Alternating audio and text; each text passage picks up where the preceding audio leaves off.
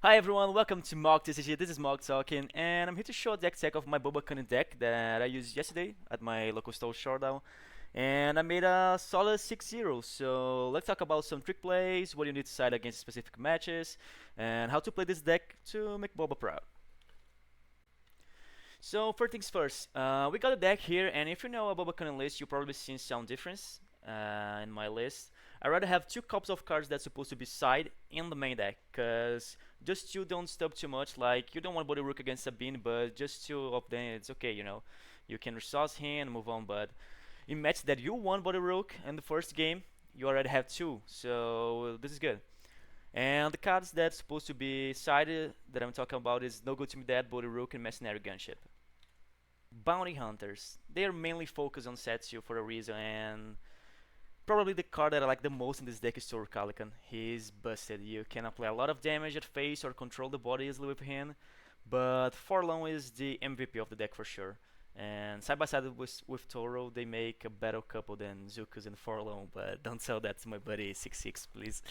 Sometimes you need to play carefully with Forlorn and Toro, cause sometimes you kill a 3/3 unit and if you put that one damage, Forlorn will die, or sometimes the opponent has Stark in town and you don't want to lose Forlorn because you want to use Zuko's next turn, so you need to play wisely. Probably at this point I don't even need to talk about Zuko's, right? Um, if you play Forlorn at turn 3, you can play Zuko's at turn 4. Like with a 7/7 ambush, he can kill a Bobo leader. In mirror match, he can kill everything. So it is a great play. So third Calican turn 2, Forlorn turn 3, and Zuko's turn 4. Probably you already won the match. It is too hard to come back from this.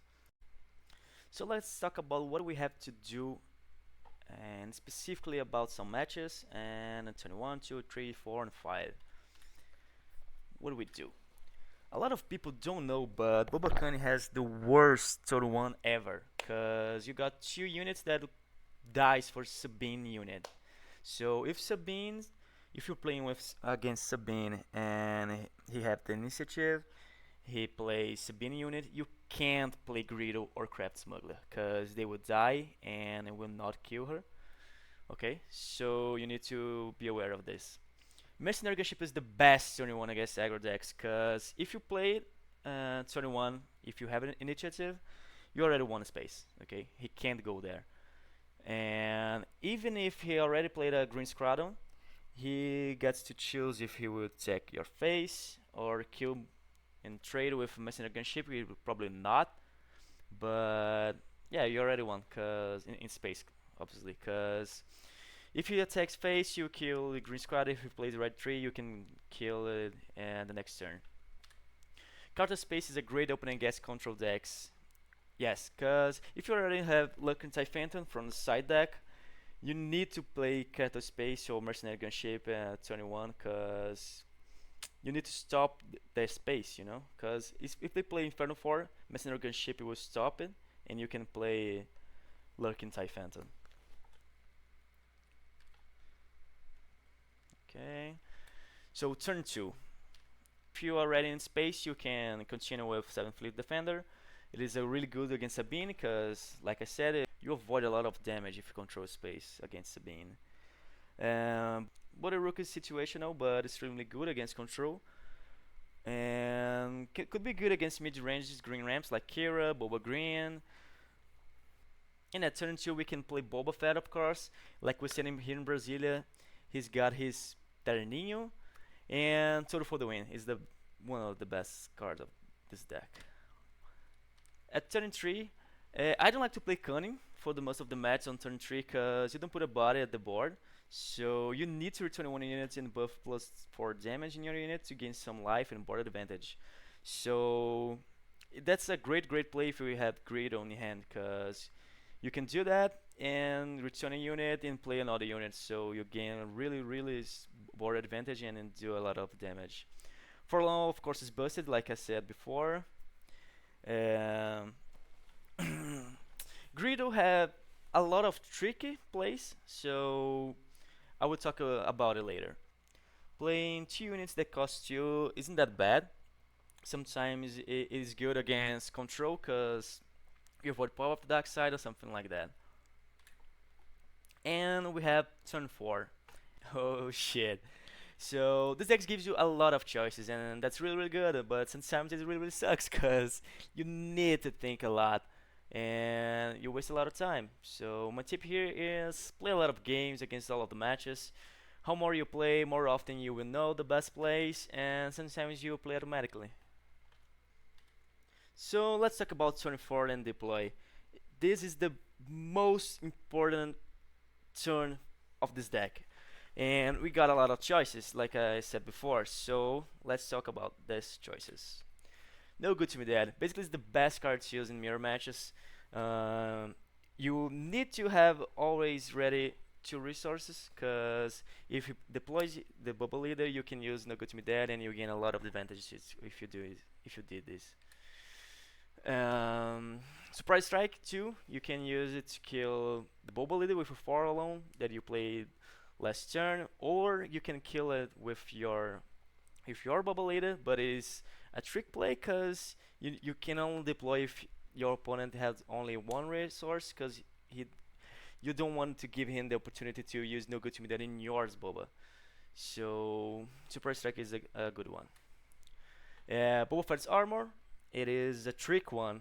Like I said, tendo Boba, you need to play wisely because when you want to play Boba Fett armor, you probably have two red resource because you played a forlorn, killing something, and ready 1 resource, or you just played Cunning, something like that, and you want to deploy and put Boba Fett's armor.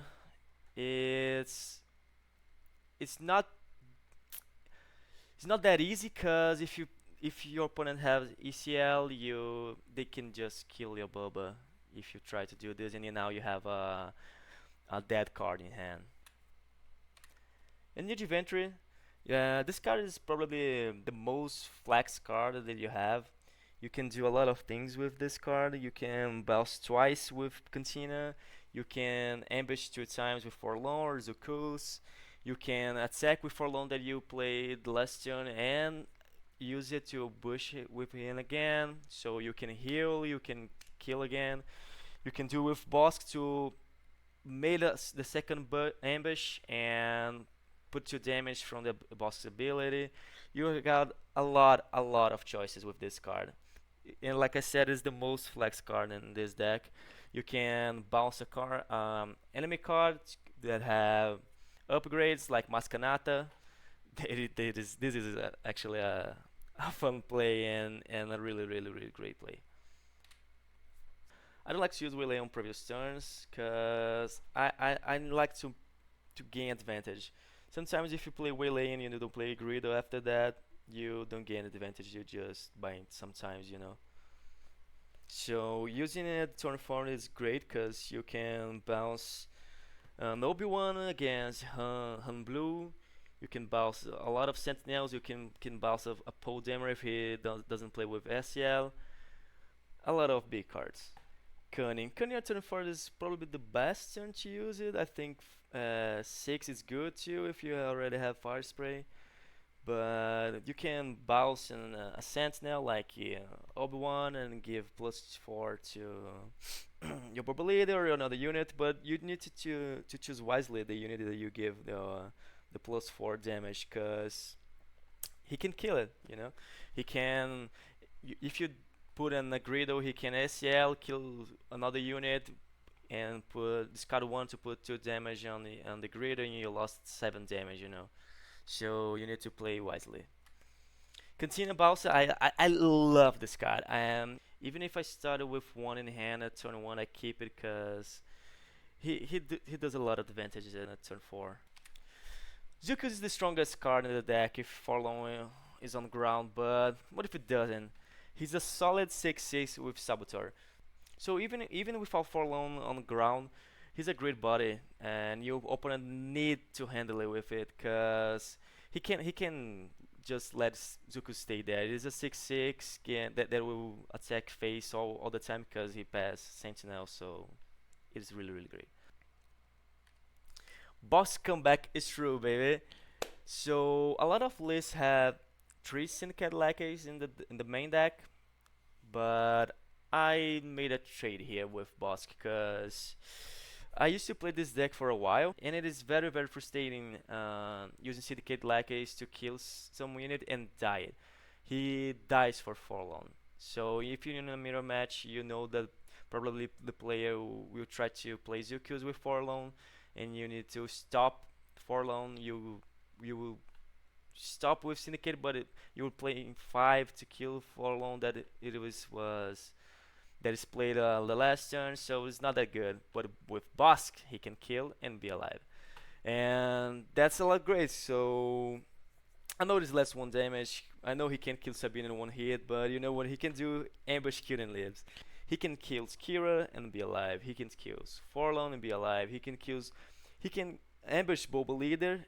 He will be alive. He will not kill, but he will be alive. And a lot of early Sentinels. He can kill K2SO and continues alive. So is this? If you play Syndicate like us, try Bosk again. So here we got Boss, the card that made this deck possible. Uh, Boba Fett made this deck so flexible he make because he makes you play with 5 resources at turn 4, right? This is really really great. But sometimes you can use 8 resources because it's too risky. Yeah, you don't want to deploy your leader if your opponent have 5 resources and SCL active. So yeah, you want to play wisely when you deploy him. 70% of the time you will deploy him with only resource ready. Because you probably use Bosque or Zuku to continue bouncing, kill something, bounce something, and you're ready 1 resource. This is the main goal here. So, but sometimes you deploy him with 2 resources ready, because you use it Cunning, you use Forlorn. So there's a big flex here, and sometimes when you use Cunning or Forlorn, you can deploy him with 2 resources to put his Terninho. You can use your Price Strike, no good to me that, or something like that, or just attack and ready 2 resources and use another Cunning, another Forlorn. It is a big flex here, but the really flex here is the Neo Inventory, because you can deploy him, you can use Surprise Strike, you can put Boba Fett's armor attack, and you already have 2 new resources ready. So you can use a Neo Inventory and a Katina Bowser, you can use a Neo Inventory and a Forlorn, and this card is great. Turn 5 and late game. So what do we have here? Firespray for the win? The answer is maybe. Firespray stays at the top 3 cards of the deck, but you don't need that card to win a race every time. Against aggro decks, you probably will like to resource Firespray early game. You really don't need to use it against aggro sometimes, and sometimes I even side fetch Firespray against aggro decks. So, cause you really can win a full face damage race against a lot of decks if you play right. You have Surprise Strike, you have Cunning, you have a New Adventure to put a lot of damage. So sometimes you just don't need fast Firespray. So at turn 4 you can kill and boss all the opponent's board. And 3 days before I did this with a friend of mine here in Brasilia. He was playing Han Solo ECL, Han Solo 2, and he took the initiative. He had 3 units, 2 in space, 1 in ground at turn 4, sorry. And so what I did, I've played Continue Bouncing and bounced the ship, and I deployed. I killed his fleet lieutenant, ready to resource, new adventure, and bounced another ship. So now I've got 3 units on ground. He doesn't have any unit in board, so he's just dead. Okay, so you don't need fast Firespray to win the game. So if you're playing against mid-range and control decks, and you start with fast Firespray in your hand, you keep it. And when you draw your 2 cards of the turn 2, if one of them is fast Firespray, you keep it, cause it is a game changer on those matches like control and mid range. You can play Fast Firespray on turn 5, attack for 5 damage. You can attack with Boba and ready 2 resources, use new adventure and attack with Pet Firespray again for 10 damage. It is really great display, and a lot of players die on this turn because they don't even expect taking 10 damage for Firespray like that. So now let's move on to side deck. Sabine and hand 2 green. This is aggro deck, so you don't need Body Rook at all. And like I said, Firespray, it is a good card, but it is too late for the game, and you need to not won the match at turn 4, but you need to have a lot of advantage at turn 4. And Firespray doesn't, you really don't need that card here. So you trade for a counter space that is good against aggro because you can stop a unit, and no good to that to stop a big unit or Sabine. Mercenary gunship because, like I said before, it is game changing against aggro at turn 1. Whoops, spoiler. So Kira and hard control. Well, we're taking out no good to me that waylay because I know control have a lot of cards that it is big, like Avenger, like Snoke, and waylay is good to taking out them, but you just waylay them to they play again the next turn. So if he plays Snoke or Avenger, you're probably dead at this point, and just sometimes you can win with Pepper Spray and Surprise Strike, something like that, but it's really hard. We're trading Probe Droid here for Bazinetal because she reveals the hand too, and it discards, so this is better against mid-range and hard control. In the main deck we already have 2 Body Rooks, so now we're putting the third one. Carta Space is here to protect Lurking TIE Phantom. Lurking TIE Phantom in these matches are awesome because they can be defeated by event cards and can be captured, so you need Carta Space to protect them because you can play Carta Spacer. Next turn you can play Lurking TIE Phantom, and your opponent probably can play the 3/2 black Sentinel in space, and you can kill the Sentinel with Carta Spacer. Boba Yellow, Green, and Han 1 decks. So this match I like to put Body Rook in Bazin to control his hand. No good to me that is really good against Boba and Han, cause when he deploys Han, you can use no good and stops what he's trying to do to play with 7 resource. Red blue mid-range decks like Ray Torkentown, like Han blue, Han 2 blue. I'm taking out no good. I know that they have a lot of big units, but I don't think it's worth it. So I'm taking out no good and put Bazini so I can control their hands. Probably the worst card against our deck is Pillage and Force Throw. So you need to take out Pillage and Force Throw from your opponent's hands. So we put on 1 more Body Rook, 2 Bazini Tau. We're taking out Mercenary Gunship because they use the Mandalore Sentinel and space that is sucks to us. Change of Heart is a really great one because, like I said, they use big units like Obi-Wan, like Poe, like Wrecker, and like Luke, so you can take them and sometimes you win because of that. Cat and Bosk decks. So against Cat and Bosk, Greedo is really bad because they can kill it with 1 action. So if you start with Greedo, he plays every Underworld and kills Greedo. Against Boss, he put upgrade and kills Greedo, so it's really bad. But we got Lurking TIE Phantom that counters both leaders, because every time Cat Bane pings 1 damage, you get to choose Lurking TIE Phantom. And against Bosk, if you play only space and you just have Lurking TIE Phantom, he can't put upgrade in and give damage, so it's good. So let's talk about Change of Heart. Change of Heart is a really great card, and you can use it, like I said, to stop Sentinels. against Han and against Rey. Took Obi-Wan is a really great play. You have a Sentinel, and he needs to take care of it, because if he plays Obi-Wan and you use change of heart or you just bounce him, Rey doesn't have another auto play to do. She will just deploys, and you can kill her with surprise strike or something like that. So you can kill her with your Boba leader with Terninho. So it is a really great take out the Sentinels for you. Counter units. Change of Heart on a Supreme Leader Snoke is really good.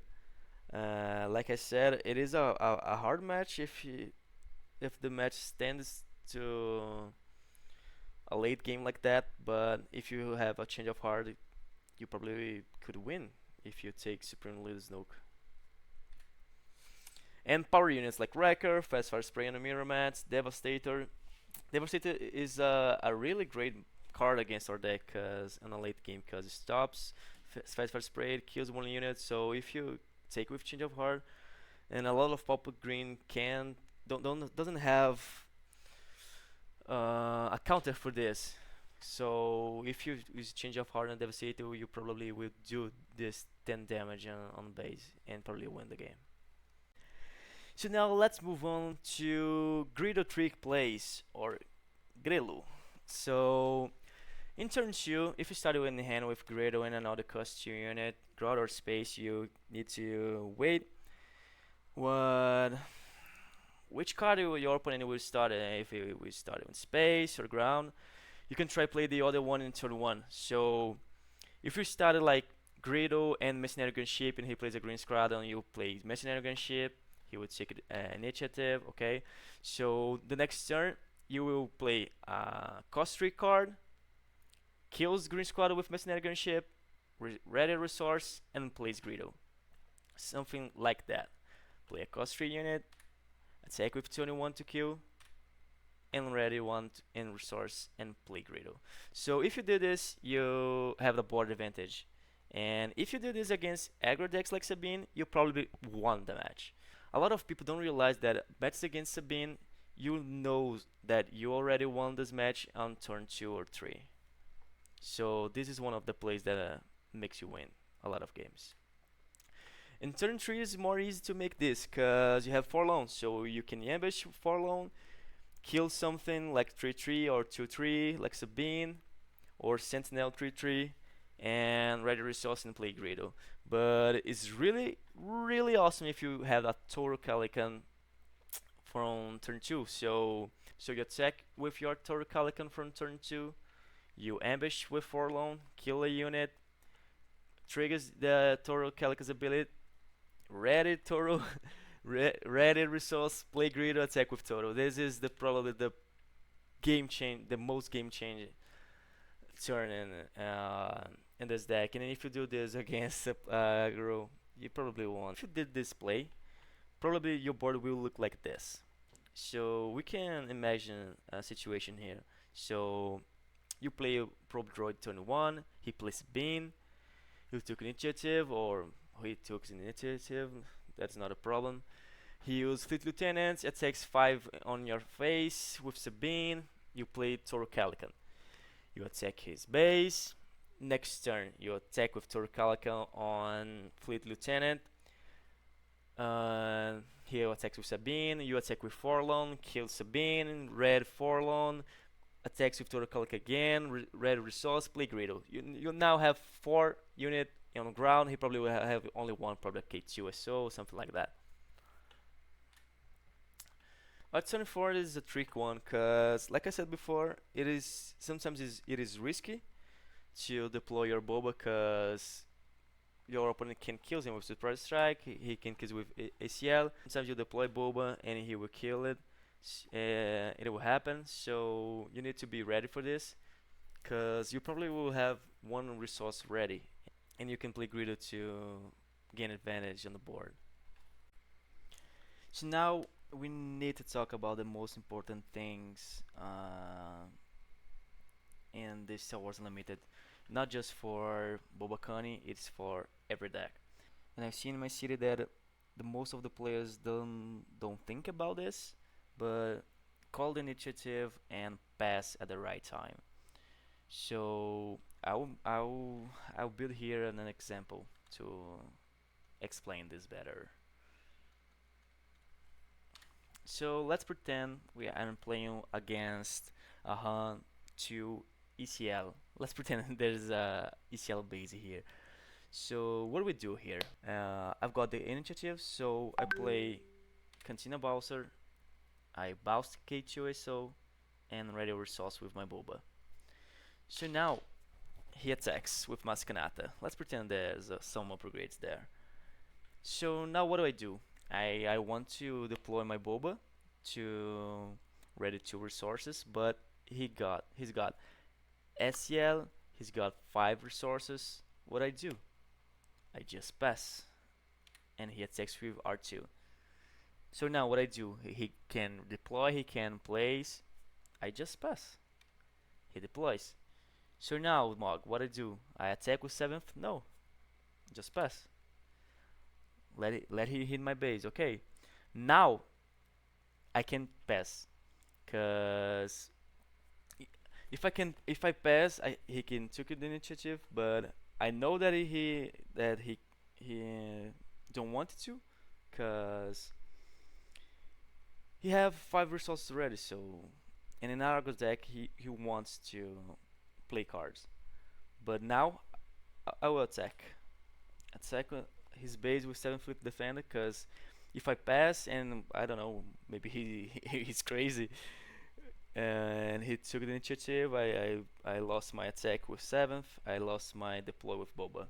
But now he can, if he pass, I took initiative and I can Cunning, exhaust R2 and Han Solo and return Maskanata. I can do a lot of things, so it is not good for him.